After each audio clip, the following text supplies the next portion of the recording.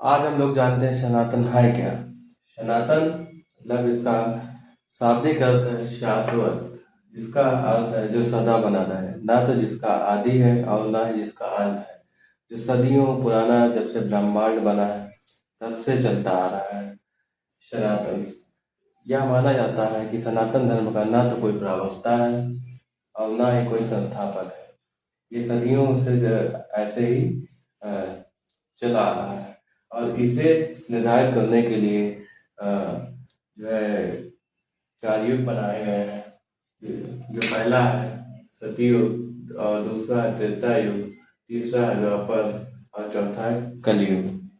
आइए जानते हैं सतयुग सतयुग में क्या था और त्रेता में क्या था और द्वापर और कलयुग में क्या था।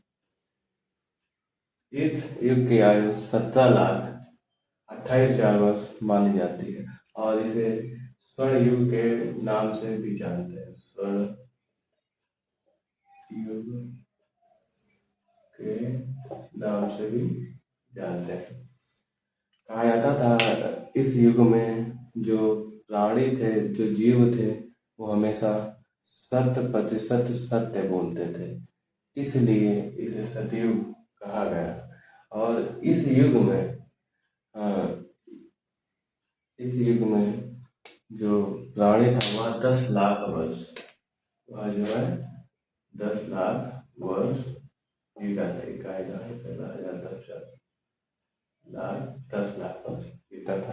और इसमें जो मनुष्य की लंबाई थी, लंबाई वह 32 फीट हुआ करती थी। नहीं, 32 फीट हुआ करती थी।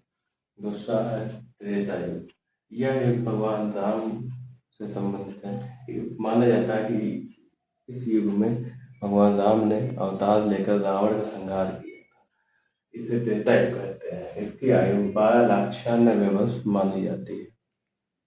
इस युग की आयु 12,96,000 वर्ष मानी जाती है। इसमें यह भी माना जाता है कि इस युग में मनुष्य की आयु लगभग लगभग लगभग 10,000 वर्ष होते थे। 10,000 वर्ष होते थे। फिर हमारा तीसरा आता है द्वापर युग। यह युग भगवान श्री कृष्ण और महाभारत से संबंधित है। इस युग में भगवान राम ने नहीं नहीं सॉरी भगवान श्री कृष्ण ने अवतार लेकर कंस का संहार किया और जो कौरव थे उनके विपक्ष होके पांडवों का उनका हाथ दिलवाने में उनकी सहायता की। तो इस युग की आयु जो है 8,64,000 वर्ष मानी जाती है। और यह भी माना जाता है कि इस युग में मनुष्य की आयु मनुष्य की आयु थी लगभग 1,000 वर्ष थी। आयु 1,000 वर्ष मानी जाती थी। और हमारा चौथा है कलयुग। सबसे मेन और अहम यही है क्योंकि कलयुग यह वर्तमान का युग है जिसमें हम लोग जी रहे हैं। इसमें अधर्म और अज्ञानता का बोलबाला होगा, ऐसा हमारे वेद और पुराण कहते हैं। और इस युग की आयु 4,32,000 वर्ष मानी गई है। और यह भी माना गया और इसका जो औसतन मनुष्य की आयु है, मनुष्य की आयु वह 100 वर्ष मानी गई है। कितनी? सॉरी, 100 वर्ष मानी गई है। और हमारे वेद पुराणों के अनुसार ये भी कहा जाता है कि कलयुग के अंत तक मनुष्य की आयु घटकर 20 से 30 वर्ष बचेगी। कितनी बचेगी? 20 से 30 वर्ष।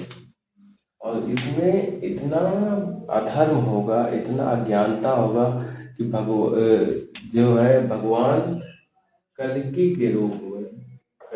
के रूप में अवतार लेकर असुरों का संहार करेंगे और इस धरती को फिर से इसी समय चक्र के अनुसार, ये हमारे वेद पुराणों में भी मिलता है कि कलयुग में कल्कि भगवान के अवतार के बाद, असुरों के संहार के बाद फिर से सतयुग आएगा और यह चक्र निरंतर चलता रहेगा। सतयुग से त्रेता, त्रेता से द्वापर, द्वापर से कलयुग, कलयुग से फिर सतयुग, यही है सनातन।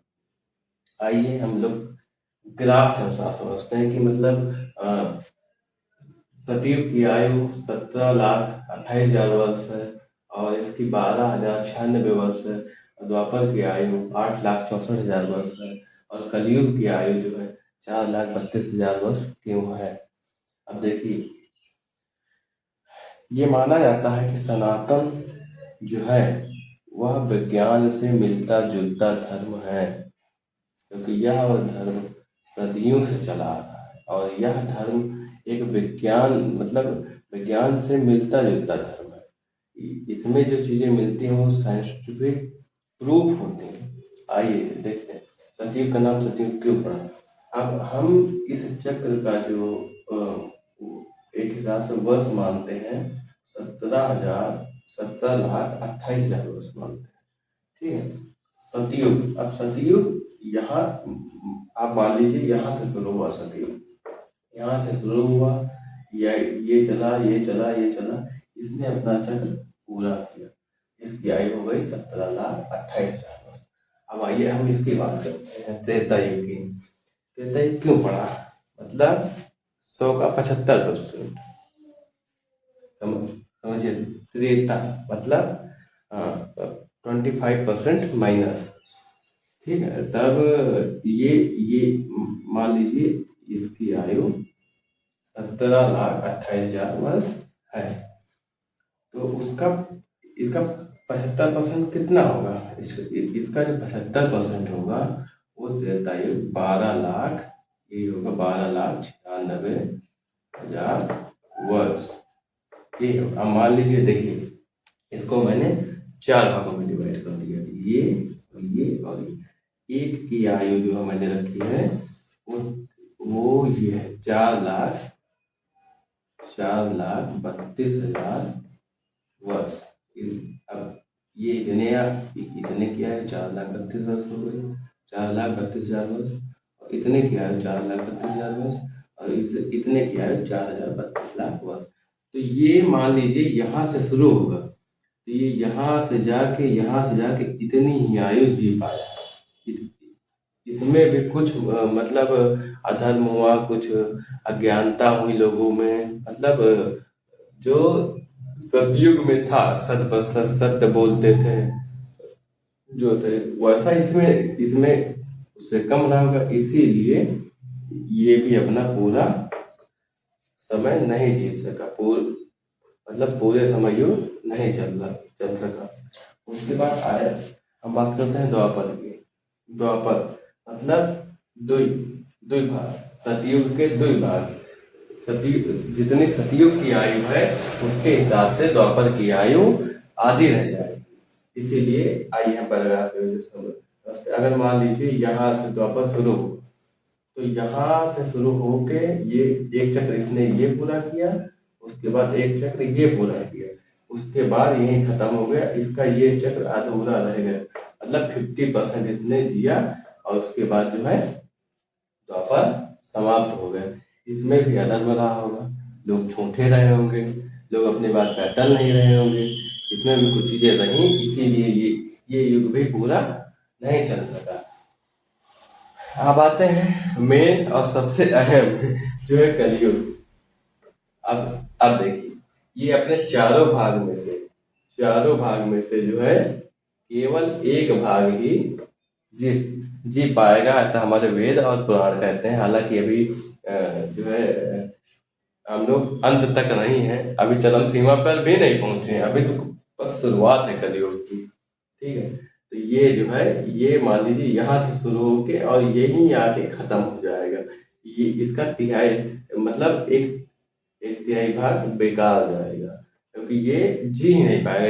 इतना सॉरी इतना इसमें इसमें जो है अत्याचार, अधर्म और अज्ञानता का बोलबाला हो जाएगा कि ये धर्म यहीं से शुरू होके यहीं खत्म हो जाएगा, आगे जाएगा नहीं। और ये भी कहते हैं इस युग में भगवान कल्कि के रूप में आके असुरों का संहार करेंगे, और उसके बाद से फिर आके ये चक्र फिर से यहाँ आके सतयुग की शुरुआत हो जाएगी। फिर सतयुग अपना पूरा कार्य, पूरा जो है समय जिएगा। उसके बाद त्रेता आएगा, त्रेता भी अपना इसी तरह जिएगा, फिर द्वापर इसी तरह जिएगा, फिर कलयुग इसी तरह जिएगा। इसी इसी जो है समय चक्र के अनुसार जो है सनातन आगे बढ़ता रहेगा। तो दोस्तों, कैसा लगा हमारा वीडियो कमेंट में जरूर बताइएगा। ओके, जय श्री राम।